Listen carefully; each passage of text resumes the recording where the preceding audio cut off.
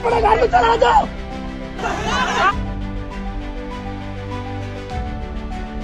जिले के तावड़ू थाना क्षेत्र के अंतर्गत गांव चीला में सरपंच का चुनाव जीतने पर अपने समर्थक के घर पार्टी में पहुंचे पूर्व राज्य मंत्री संजय सिंह। हारने वाले सरपंच के समर्थकों ने पथराव कर दिया। बताया जा रहा कि जीतने के बाद सरपंच के समर्थक हारने वाले सरपंच के घर के सामने ढोल नगाड़े और आतिशबाजी करते हुए निकल रहे थे। निकलते समय हारने वाले सरपंच के परिवार ने पत्थर बरसाने शुरू कर दिए। इस हमले के बाद मौके पर पहुंची पुलिस की निगरानी में कार्यक्रम संपन्न करवाया गया। दूसरी तरफ पूर्व मंत्री संजय सिंह का दावा है कि घटना उनके मौके से निकलने के बाद हुई। वहीं पुलिस ने 2 लोगों को भी हिरासत में लिया है।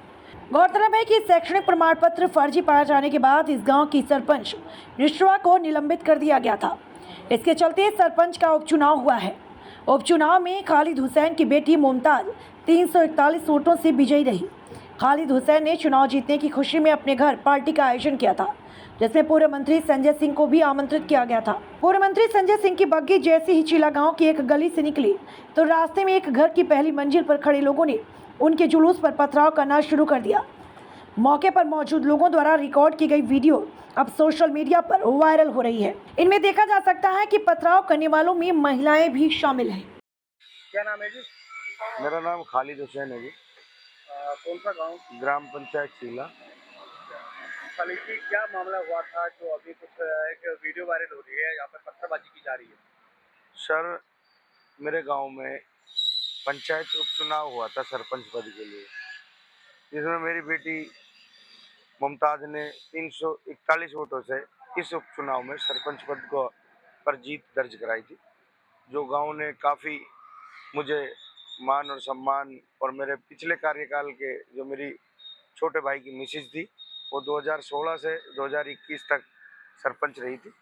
जो विकास कार्य में हमने कोई किसी प्रकार की कमी नहीं छोड़ी, उनको देखते हुए और उनको आगे बढ़ाने के लिए इन लोगों ने हम पर विश्वास किया, और इस चीज़ को वो चीज़ सामने है कि भाई उन्होंने विश्वास करके और गांव के विकास पे आगे बढ़ाने के लिए हमें वोट दिए। तो हमारी उसमें 341 वोटों से जीत दर्ज हुई, बहुत अच्छी जीत थी। उस सिलसिले में सर, मैंने गांव के वोटरों के धन्यवाद के लिए एक प्रोग्राम किया था 17 तारीख को। अभी मैं एक एक वोटर को बुला करके उनका धन्यवाद करूं। उस प्रोग्राम में सर, मेरे जो विपक्षी लोग हैं उनके 2021 के 22 के चुनाव में जो प्रत्याशी थी उनको जीत मिली थी 8 वोटों से, जिसका नाम था निशवा पत्नी अल्तमस, और वो पूर्व सरपंच सद्दीक उसकी पुत्रवधू थी। उसने सर शैक्षणिक योग्यता के आधार पर चुनाव जब लड़ा गया था तो उसकी फेक सर्टिफिकेट पर उन्होंने चुनाव लड़ा, तो कई खामियां थी, फर्जी वोटें बनवा रखी थी, और उसका जो डेट ऑफ बर्थ का मामला था वो भी माइनर था, वो उसमें उम्र पूरी नहीं हो रही थी, जो एक संवैधानिक तरीके से चुनाव नहीं लड़ सकती थी। इन सब चीज़ों पर मैंने कंप्लेंट फाइल की थी, तो उस पर डीसी साहब ने इंक्वायरी करके उनको बर्खास्त करा दिया था 3 जुलाई 2023 को सर। तो हमारा मामला कोर्ट यहाँ से लेकर के हाई कोर्ट, कमिश्नर और सुप्रीम कोर्ट तक चला है। मैंने हर जगह से वो फैसला हमारे पक्ष में रहा है। तो इनको काफ़ी परेशानियाँ तो सर उन चीज़ों से भी हमसे हो रही थी कि भाई इन्होंने हमारे सरपंच पद को पे बने रहने पर ये सारी चीज़ें हमारे खिलाफ की हैं। तो अब सरकार का ने अनाउंस किया था, नोटिफिकेशन जारी किया था, भाई 16 जुलाई को 2025 को उपचुनाव होने हैं हरियाणा में, जिसमें मेरे गांव का नाम भी था। अब की बार मैंने अपनी बेटी को उसमें वो उम्मीदवार बनाया था, जिसमें मेरी बेटी 341 वोटों से जीती थी। जो असली का कल मुद्दा हुआ है, कल मामला हुआ है सर, मैंने धन्यवाद इस प्रोग्राम में सभी को इनवाइट किया था, जिसमें हमारे पुराने पूर्व मंत्री कंवर संजय सिंह जी आए हुए थे। आने का उनकी बात थी।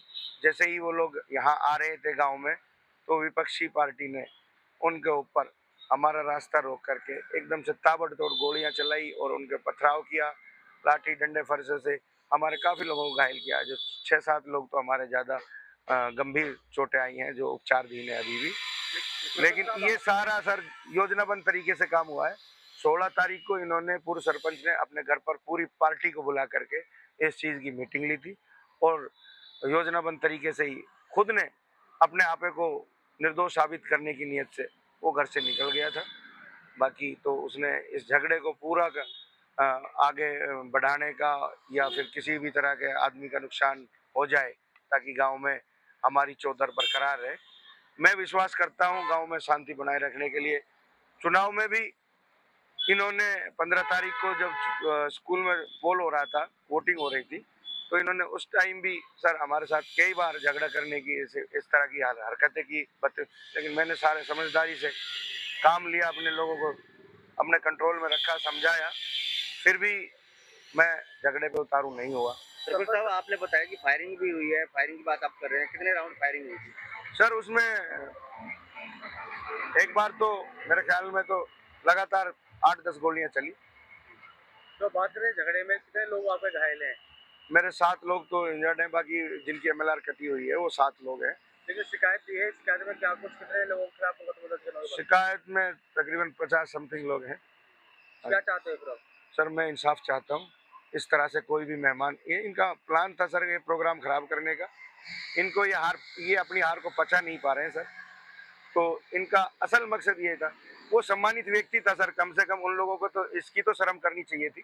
वे पूर्व मंत्री है, हरियाणा सरकार में रहा है और भारतीय जनता पार्टी का दिग्गज कार्यकर्ता रहा है बचपन से। तो सर इन्होंने ये हरकतें बहुत बार की हैं। पिछले चुनाव में, विधानसभा चुनाव में भी मैं विधायक जी की वोट दे रहा था, तो मेरे साथ मेरी पार्टी के लोग थे। इन्होंने जब भी हमको स्कूल में बंद करके हमारे साथ झगड़ा किया था और वही ये कह रहे थे कि भाई बीजेपी को वोट नहीं दोगे वरना तो हम एक। फिर भी चलो, पार्टियां अपने आप में विश्वास रखने वाली चीज़ है, मैं बीजेपी में विश्वास रखता हूँ और इन्होंने ये नियत से झगड़ा किया कि भाई ये बीजेपी का लीडर इनके पास क्यों आता है। क्या नाम है? साहुन है जी नाम, गाँव गाँव चीला जी। काउंटी। ये जो झगड़ा हुआ है, किस तरह से झगड़ा किया गया था? कैसे हुआ जी, मंत्री जी आया था और हम भी मंत्री गए थे और जैसे उसके बराबर जा रहे हैं ना जी, उसने पथराव कर दिया, उसके मकान में पहुंचे सब ने, उनकी मीटिंग थी, पत्थर वत्थर वगैरह पूरी मीटिंग ही उनकी।